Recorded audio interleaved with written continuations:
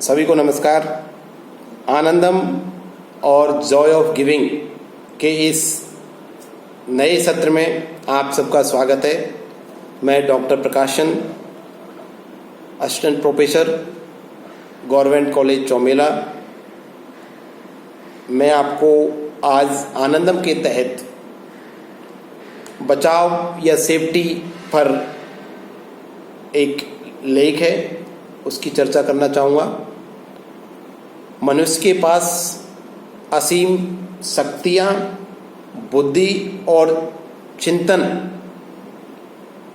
क्यों है? मनुष्य के पास असीम शक्तियाँ, बुद्धि और चिंतन की वजह से है। इसलिए मनुष्य को अन्य जीवों से श्रेष्ठ माना है, वरना शारीरिक शक्ति के धरातल पर छोटे छोटे जीव मनुष्य को सिर्फ परास्त ही नहीं बल्कि मृत्यु का कारण भी बन जाते हैं। वर्षा के दिनों में नदियाँ, जैसे अभी वर्षा का मौसम है, तो वर्षा के दिनों में नदियों की बाढ़, अतिवृष्टि की मार, आंधी तूफान का जो क्रोध रूप होता है, वो चौतरफा तबाही मचा देते हैं। एक बौद्ध कथा यहाँ आपके साथ शेयर करूँगा। एक बौद्ध कथा है जिसका सार यह है कि वर्षा ऋतु में जल की धारा में अकड़ कर खड़े पेड़ तो धराशायी हो जाते हैं, या हो गए या हो जाएंगे, लेकिन जो पेड़ झुकने की शक्ति या विनम्रता की शक्ति रखता हो वो यथा स्थान पर ही रहेगा। दरअसल वह अपने कोमल स्वभाव के चलते अपनी जड़ से जुड़ा रहा। इससे मानव को यह संदेश मिलता है कि विपरीत स्थितियां आने पर भी कछुए की तरह खुद को संकुचित कर शक्ति का अर्जन करना चाहिए, क्योंकि जो हमारे पास शक्ति का संग्रहण होगा वो एक निश्चित टाइम पे काम जरूर आएगा।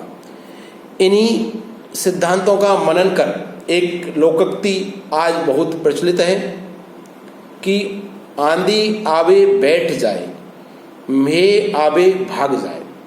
अर्थात आंधी आने पर तनकर खड़े नहीं रहना चाहिए, जितना संभव हो धरती पर बैठ जाना चाहिए, और पानी बरसे तो खुले स्थान से भागकर किसी सुरक्षित स्थान पर चले जाना चाहिए, क्योंकि वर्षा में बिजली गिरने की संभावना भी है, ओले गिरने की संभावना भी है।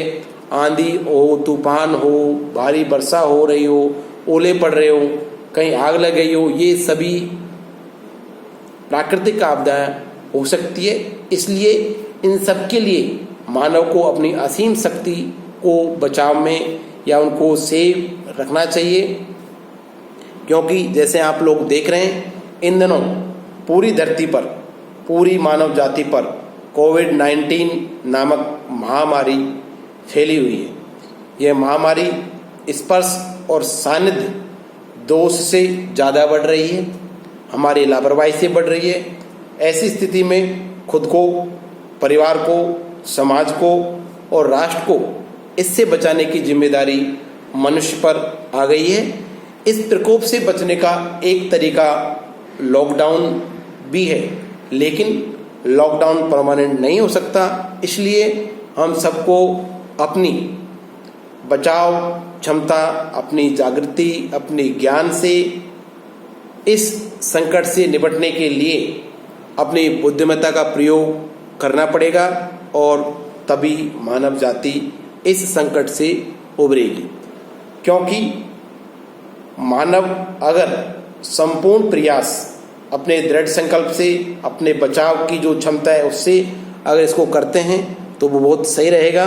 और